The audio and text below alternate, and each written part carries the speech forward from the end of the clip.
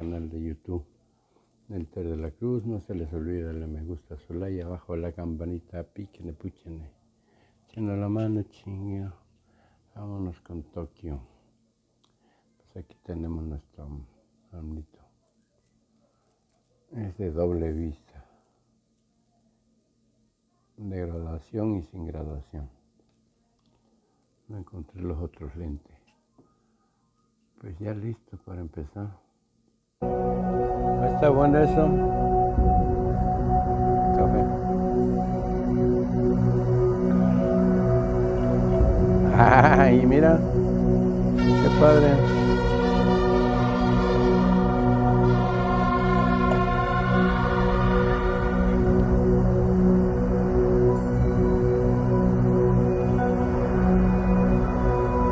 Está bonito.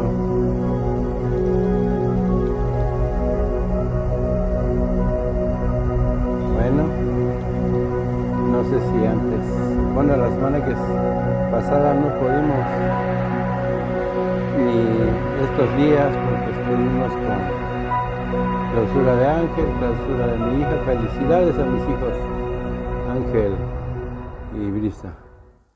Muchas felicidades, mis hijos. Un orgullo que siento por ustedes. Gracias. Ay, pues, mira.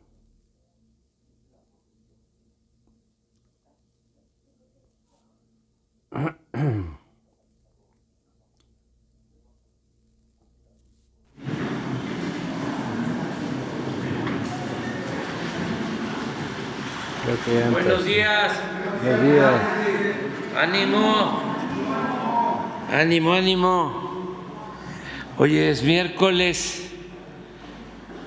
Es el día que dedicamos a informar sobre quién es quién en las mentiras de la semana.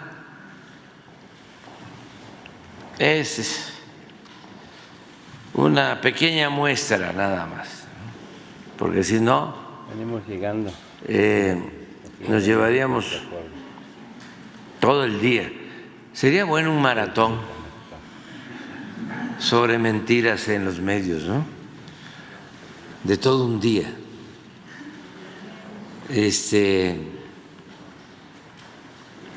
De todo un día. Que tuviésemos oportunidad, no solo nosotros, sino toda la gente, de escuchar noticieros, ¿no? De un día, aquí, de radio, de televisión, luego ver los periódicos, las primeras planas, las de 8, y luego las columnas y las caricaturas.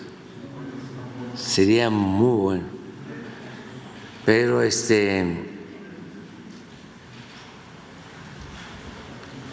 nos llevaría mucho tiempo, pero un análisis de contenido, pero ya sabemos, ¿no? Yo recuerdo que hace como 10 días o 15, sin proponérselo, la Comisión Federal de Electricidad o quien atiende lo de comunicación social de la Comisión Federal de Electricidad, cuando iniciaron los apagones, vinieron a informar de cómo enfrentaron el problema de los apagones, cómo se resolvió y no hubieron apagones. Pero venía un dato ahí que me llamó muchísimo la atención, que solo hubieron 3 apagones, creo que 3 días, y no nacional, sino localizados y por muy poco tiempo. Pero venía una lámina, aquí está, hubieron, claro, Esto fue en vísperas de las elecciones. Pero este es un monumento a la objetividad, al equilibrio, al profesionalismo del periodismo en México. Hubieron 4.251 notas, 4.251 notas sobre los apagones. De esa cantidad, fueron 23 días antes de la elección presidencial, en 23 días antes.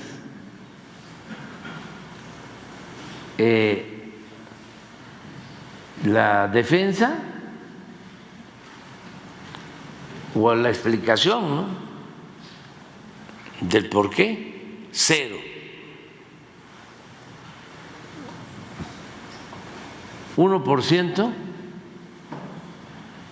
la información equilibrada, 99% en contra.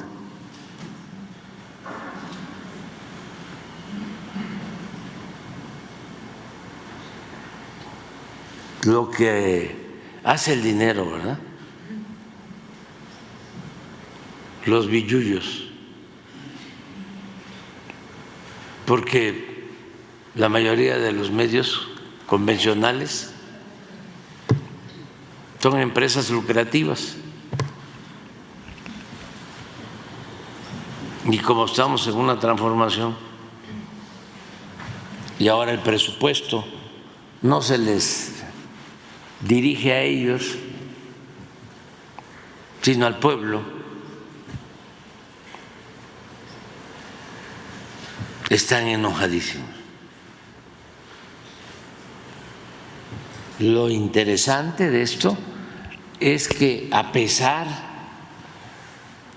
de esta manipulación, la gente ya no les hace caso.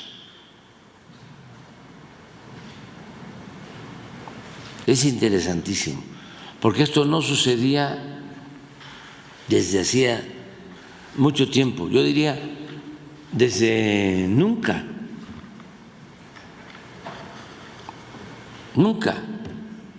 Aquí hemos hablado mucho cómo en el siglo XIX los conservadores controlaban lo que llamaban la opinión general o la opinión pública, porque eran los dueños de los periódicos. Y luego, en el siglo XX, se hace famosa la máxima de Goebbels de que una mentira que se repite muchas veces puede convertirse en verdad. El jefe de la propaganda política de Hitler. Y esa máxima se sigue utilizando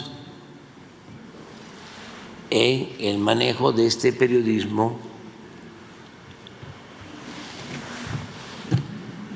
vendido o alquilado. Es parte, pues,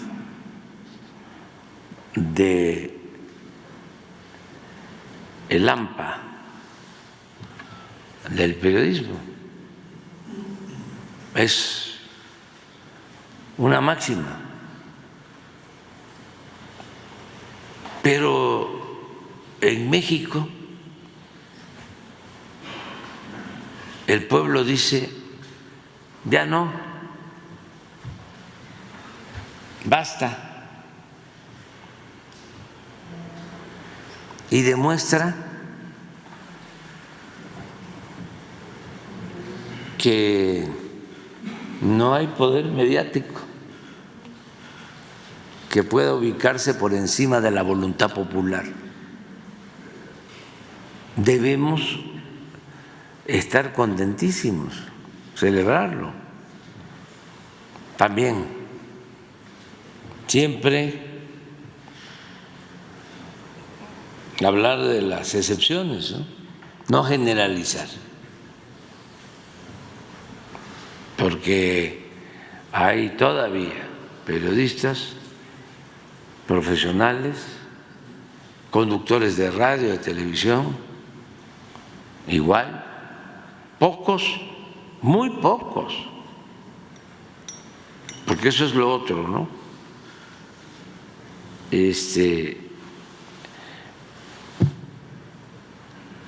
La mayor parte de los noticieros o quienes conducen los noticieros, todos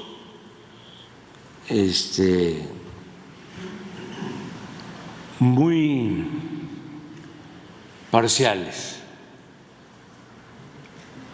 en radio, en televisión, en periódico lo mismo.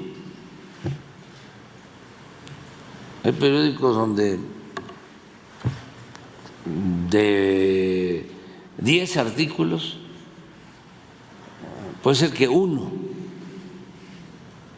sea objetivo, profesional, busque equilibrar. 9, hacha, golpeteo, calumniar, mentir. Y esto no es un asunto solo de México, ya lo hemos estado tratando. Es un asunto internacional, es una decadencia de los medios.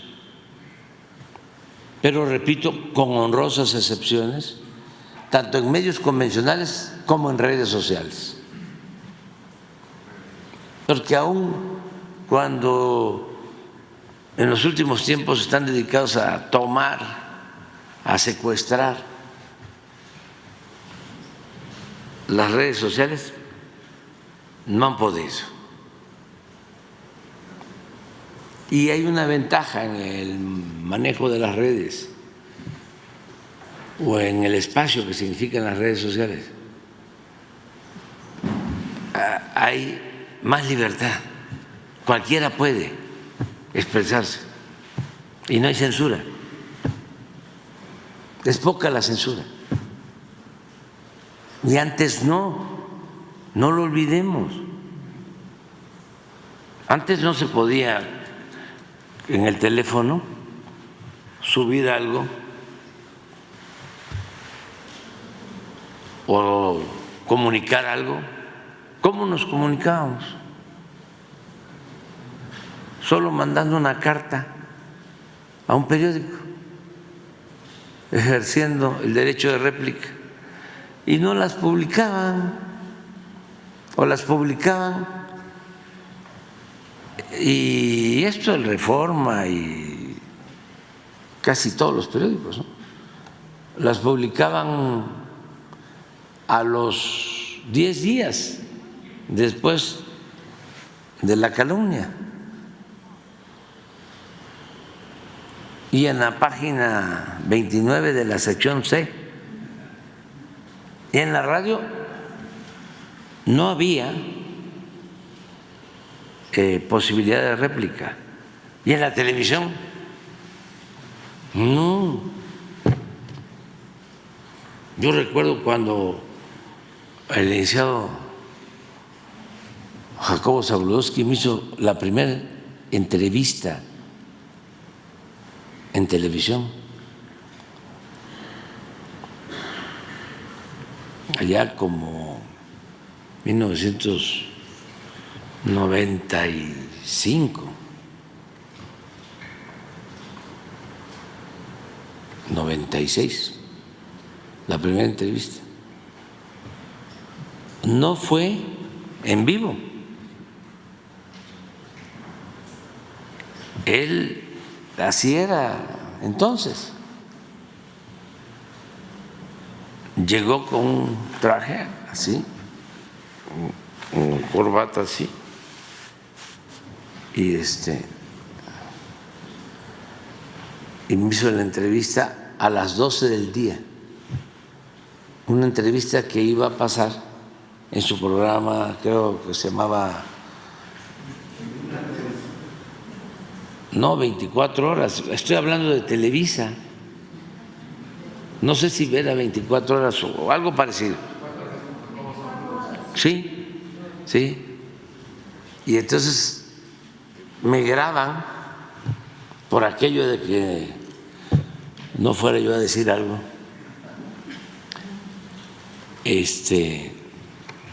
no conveniente, me graban y él en la noche está con el mismo traje y la misma corbata y es como si fuese en vivo, pero actuaban de manera precavida por si no gustaba a los de corte y confección, no pasaba. Y lo que son las cosas, ¿no? Sale el licenciado Zabludovsky y luego se va a Radio Centro y hay una etapa de periodismo de el licenciado Zabludovsky de primera. Él busca reivindicarse y tenemos nosotros que agradecerle mucho porque era de los pocos después que nos daba espacio. Pero bueno, no había derecho de réplica y con las redes todos podemos. Les voy a contar algo que pasó hace 2 días. Sale en el New York Times una portada groserísima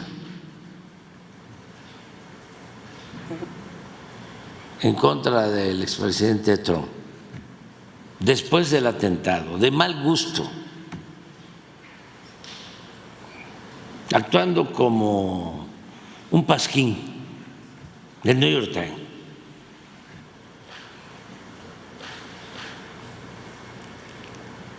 Y le contesta Moss en un mensaje de Twitter.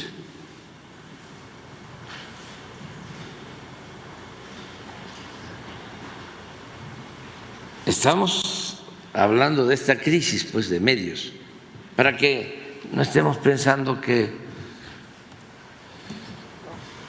de solo México, ¿no? ¿Por qué no vemos la primera plana del New York Times y lo que decimos? Nada más que tenemos que, ¿quién habla inglés aquí? Para que nos traduzca. Ah, tú nos ayudas.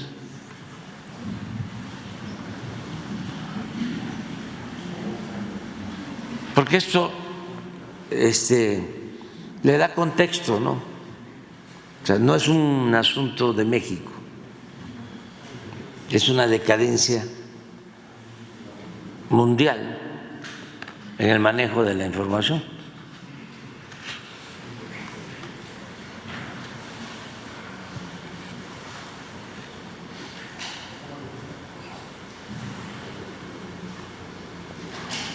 Creo que fue el día siguiente del atentado.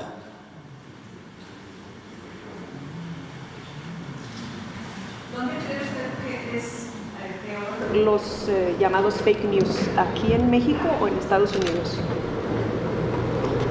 Porque allá ahorita están súper agresivos. Sí, es que es parte también, pues, de la decadencia política. Antes la prensa de Estados Unidos era lo más libre que había. El periodismo se caracterizaba en Estados Unidos por el manejo de la verdad, había ética. Era una escuela el periodismo estadounidense. Nadie ha podido hacer nada para, digamos, bajarle 2 rayitas a los medios en Estados Unidos. Aquí en México sí se ha podido contener. Se lo digo. Pero lo tiene que hacer la gente. Por eso estos temas aquí le han bajado porque pues el pueblo está muy politizado, el pueblo de México. Ya hace falta en Estados Unidos más politización de los ciudadanos.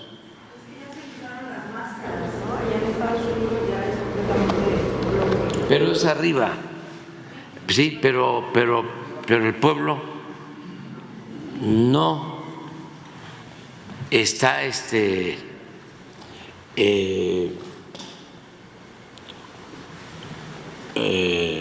actuando como se debe en una auténtica democracia. Está siendo un actor, pues, inactivo.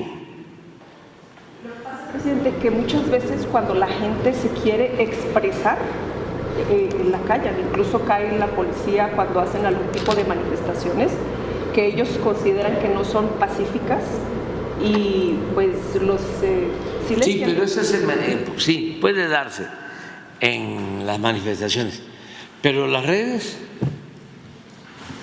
es muy diferente. Cuando Donald Trump la vez pasada iba a correr para presidente, él entró mucho con que iba a tirarle a los fake news, pero ni él pudo. No, además le quitaron el Twitter, o sea, lo censuraron. Pero eso hay que seguirlo haciendo. O sea, hay que seguir luchando por la verdad, combatiendo la desinformación, la manipulación. Y es muy importante, porque si no, imagínense, es como estar sometidos a una banda de extorsionadores. O sea, que son los que dominan, forman opinión pública, deciden. Sí. Pero sí, yo creo que se tiene que avanzar más en eso, ¿no? Y no es Estados Unidos, es en todos lados, en todos lados.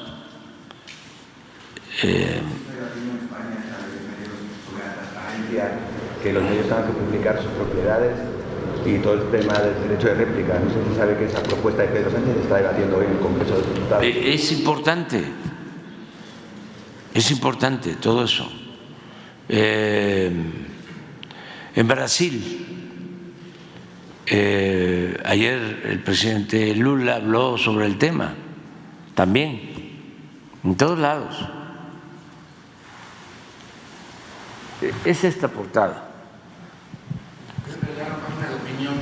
Del New York Times. Sí.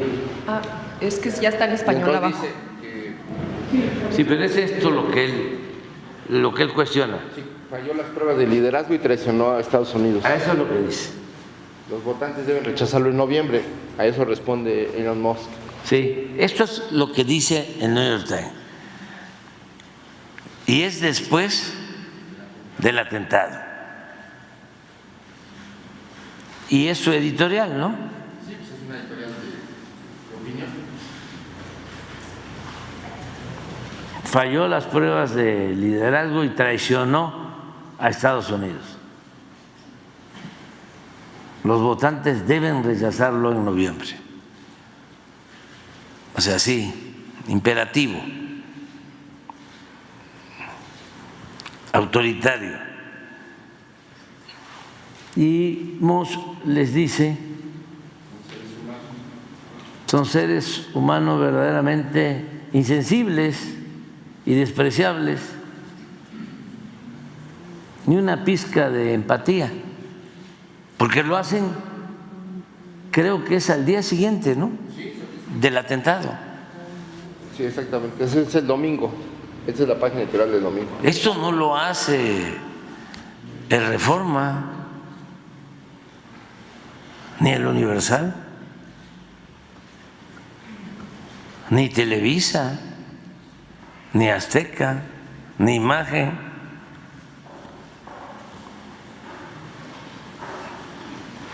Ni Financiero. Porque me pregunta sobre en dónde hay más, ¿no?, manipulación. Pero si nos atenemos a esto, allá. Porque no estamos hablando de cualquier periódico, es el New York Times.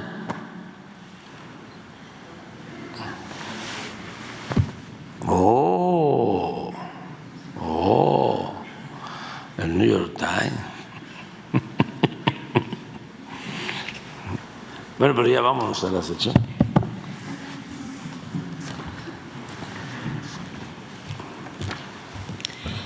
Buenos días, señor presidente, con su permiso. Buenos días a todas, a todos.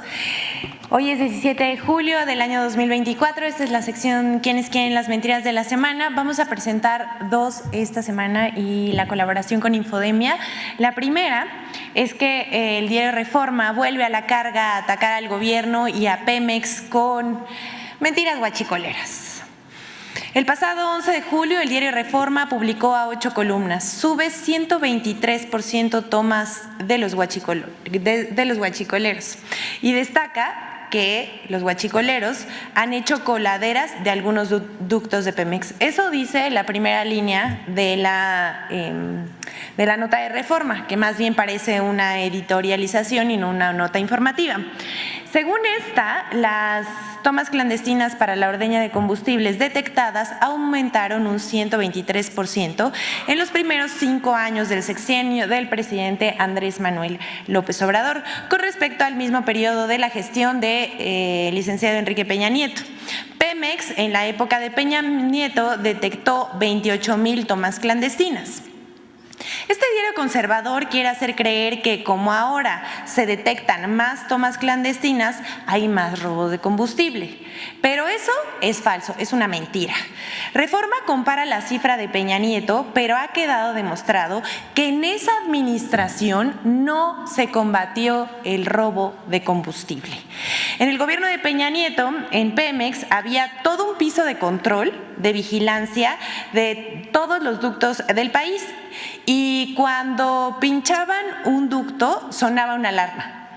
¿Pero qué creen? Esa alarma podía sonar por semanas y nadie hacía nada. Así era antes. Los gobiernos neoliberales solapaban el robo de los combustibles. ¿Para qué? Porque lo que no suena metálico, lo que no suena lógico, suena metálico, ¿verdad? En cambio, desde que inició el gobierno del presidente Andrés Manuel López Obrador, del 1 de diciembre de 2018 a la fecha, el robo de combustible ha disminuido 94.2%, lo que ha significado una recuperación de casi 338,000 millones de pesos, mismos que son utilizados para programas de bienestar y obras públicas. Ahora hay que preguntarnos qué hacían con ese dinero que no se recuperaba, a los bolsillos de quién o quiénes fue a dar. Antes se robaban 84,000 barriles de combustibles diarios. Hoy se ha reducido el delito a 4,600 barriles diarios en promedio. Esos datos que han presentado aquí con frecuencia en la sección de seguridad por el equipo que encabeza la secretaria Rosa Isela, pues miren, ni Reforma y casi ningún diario les da cobertura. Pero como se trata de golpear a Pemex, pues ya ven lo que hace el periodismo conservador. Y quiero detenerme aquí porque si vemos esta gráfica va en disminución, no sabemos qué lee Reforma, ¿no? O en qué se está basando sus notas, pero aquí está con los datos y no con editorializaciones que se hacen pasar por notas periodísticas.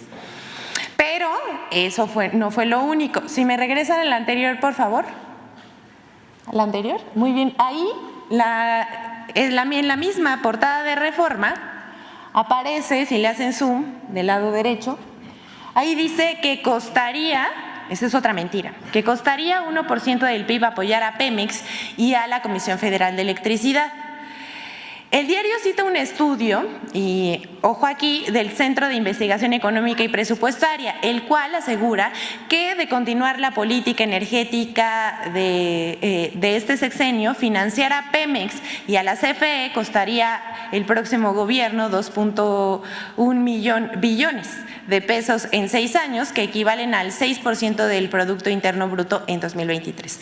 Pero también es falso. O sea, 2 mentiras en la misma portada, una en 8 columnas y la otra ahí mismo. Antes de aclarar esto, miren, ya sabemos de dónde sacan a veces sus fuentes son anónimas, a veces son fuentes de los deseos, ya saben, también inventan y ni siquiera ponen la fuente, pero este Centro de Investigación de la Sociedad Civil, dice, no transparenta su financiamiento, aunque en sus filas tiene a una veintena de investigadores. O lo hacen pro bono. Que nos digan si lo hacen pro bono. Se ha dedicado todo el sexenio a tergiversar datos y estadísticas en medios y a hacer críticas a las políticas energética y económica del presidente Andrés Manuel López Obrador. En cambio, con nostalgia, aplauden las políticas económicas del expresidente Felipe Calderón, quien terminó siendo parte del Consejo de la Administración de la filial Iberdrola en Estados Unidos y pues también hay que decirlo, uno de los sexenios en donde se profundizaron las desigualdades en nuestro país. Pero eso no lo vio el Centro de Investigación al que hace referencia Reforma. Pero, dicho esto, vamos a los datos. En estos 6 años, Pemex y la Comisión Federal de Electricidad, además de hacer su aporte social y económico al país, al mantener tarifas y precios de combustibles baratos y de impulsar una cosa muy importante y por la que nos debemos sentir muy orgullosos sobre la soberanía energética que se ha emprendido en este sexenio. Ambas empresas han aportado al erario público 8.7 billones de pesos, incluso si se les diera un apoyo financiero, como dice el diario Reforma, de 2.1 billones en los próximos 6 años, apenas representa el 23% de lo que aportan a las finanzas nacionales. Aquí vemos la gráfica y el cuadro por año y el total, 8.7 billones de pesos y tratan todo el tiempo de hacer creer que vamos mal, pero no, vamos muy bien y se va a lograr la soberanía energética. La segunda nota es un bonito nado sincronizado de mentiras para decir que en México es el tercer lugar mundial en desempleo en los jóvenes. El 14 de julio pasado, el Universal Infobae, que miren, este medio de comunicación que no sabemos si es un medio de comunicación, una agenda, un portal que se hizo para golpear a gobiernos progresistas, miren, no lo sabemos. Que ellos mismos nos aclaren qué hacen, ¿no? ¿De dónde salieron? Pero bueno, ellos son unos de los clientes favoritos de esta sección del Quienes Quieren las Mentiras porque se la pasan difundiendo pues cuánto bulo pueden publicar. También estuvo Consulta Veracruz, el Heraldo de México, cadenas de radio como XBT Radio, Cadena Política y algunos otros más. Miren, al chisme hasta le entró un diario deportivo. Si me pasan la siguiente, por favor. Le entró un diario deportivo. Bueno, pues miren, ya nada más publicar ahí, tener unas cuantas vistas. ¿O por qué lo hacen? También que Récord nos diga por qué en un diario deportivo hay una nota así. Pero bueno, continuemos. Ellos publicaron notas con la misma información y el mismo enfoque discriminatorio, hay que decirlos. Hay que ver cómo cabecearon estas notas. Ellos afirmaron que México tiene el tercer lugar en ninis, de jóvenes entre 15 y 29 años que no estudian y trabajan. Pero esto es una mentira. Además, estos medios encabezaron sus notas con titulares como México, tercer lugar en ninis. Compañeros, además de que mienten, estos medios estigmatizan y discriminan a los jóvenes mexicanos llamándoles ninis, es decir, que ni estudian ni trabajan. No aprendemos, ¿verdad? No aprendemos. Ahí están los medios discriminando jóvenes. Lo destacado es que todas esas notas se basan en una mentira construida, y esta mentira sí está construida deliberadamente para descalificar los resultados del gobierno federal. Los medios transcribieron casi íntegro el boletín emitido por la organización México Evalúa, que toma como base un estudio hecho en 2013, pero que lo hizo pasar como actual. Por cierto, en México Evalúa participa Luis Rubio, un articulista conservador del diario de Reforma, que también fue ex asesor de Hacienda. Ya saben, estas fichitas que perdieron sus privilegios, andan escribiendo en contra de la 4T y son bastante malquerientes. Ahí también, por ahí anda replicando un día sí y otro también esta información, porque será el señor Claudio X González. Pero esto resultó una mentira, lo publicado de los jóvenes mexicanos. No lo decimos nosotros, vamos a los hechos. Según la Organización para la Cooperación y Desarrollo Económico, México es el tercer lugar con menor desempleo juvenil, con 5.2% de la OCDE, solo por debajo de Alemania y Japón. Miren, Claudia X González, ya sabemos que le encanta mentir en contra del gobierno federal y que es uno de los odiadores más acérrimos del presidente. Pero pues ya, o sea, échenle un poquito más de coco. Y miren, aquí destacar una cosa que nos da mucho orgullo, porque México es el país de la OCDE, también nuestra fuente es la OCDE, en su análisis de empleo de 2024, México es el país con el desempleo más bajo a escala mundial. Vamos a ver esta gráfica, por favor, mucho orgullo, con 2.6%, seguido de Japón, Corea del Sur, Alemania, Israel, Países Bajos, Noruega, Estados Unidos, Suiza, Reino Unido, Austria, República Eslovaca, Dinamarca, Bélgica y etcétera. El país con mayor tasa de desempleo es España, pero sí es un orgullo, la verdad, decir que no solamente se equivocan, sino que todo lo ponen al revés, y estos son los datos reales. México, además, es el tercer mejor país en empleo para los jóvenes de la OCDE y es el que menos desempleo en general tiene, 2.6%, igual que Japón. Aquí lo vemos.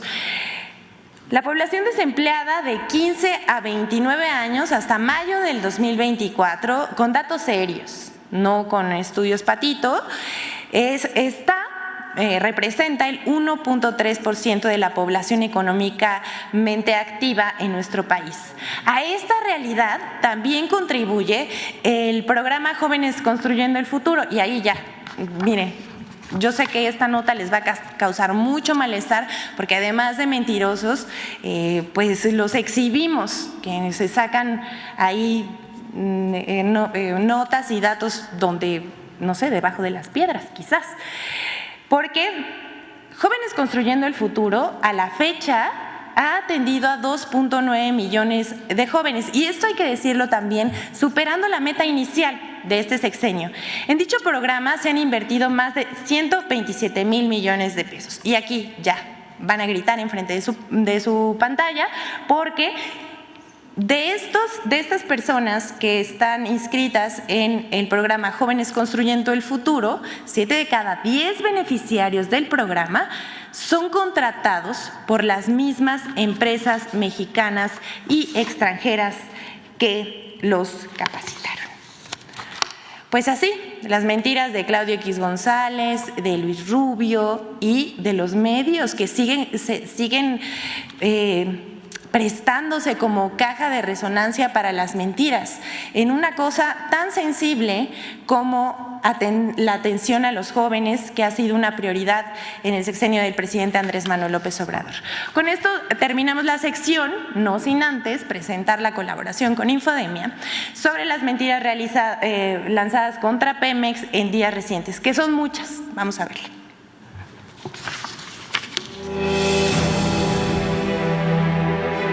A pesar de los resultados de Petróleos Mexicanos en todas sus áreas, desde la administración, la exploración y la refinación, medios de comunicación, comentaristas y políticos de oposición sostienen 3 mentiras sobre Pemex. 1. Falso que Pemex opera con pérdidas.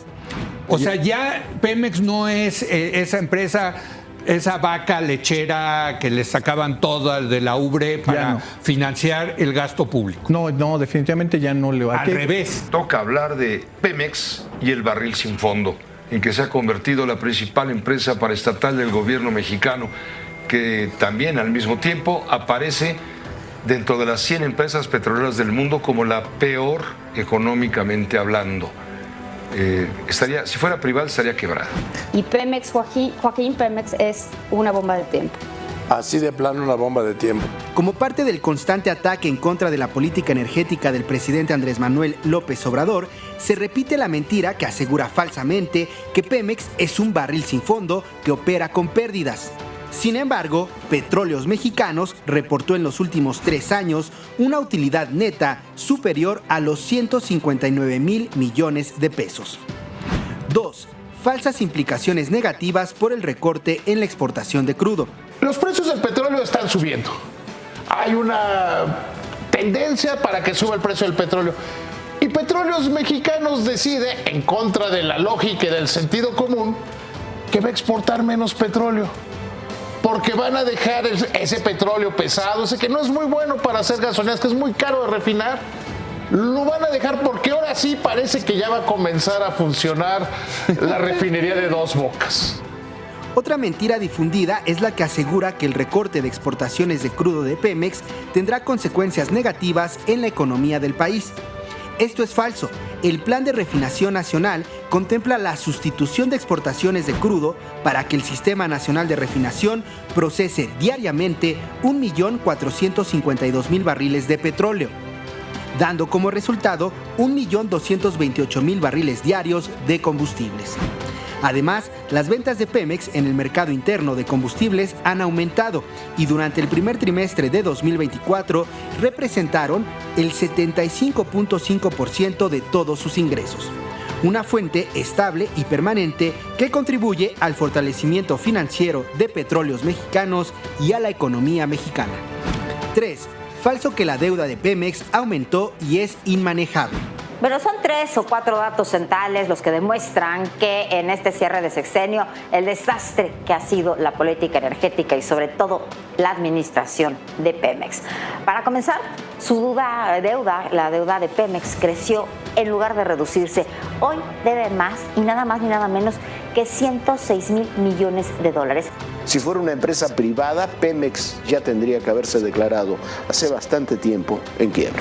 A lo largo de la actual administración, se ha asegurado falsamente que la deuda de Pemex no se puede manejar y pone en riesgo a la empresa y a las finanzas del país. El saldo de la deuda de Pemex ha disminuido 30,000 millones de dólares durante el sexenio, mientras que el gobierno federal ha realizado transferencias a Pemex por 952,000 millones de pesos. Petróleos Mexicanos ha realizado pagos de impuestos y derechos al gobierno de México por más de 4 billones de pesos, lo que significa una contribución neta de más de 3 billones de pesos. Infodemia. Es cuanto, señor presidente. Todas y todos tengan un buen día. A leerle el artículo a los abogados. Con su permiso, presidente, buenos días a todas, a todos medios de comunicación, los que nos escuchan. El día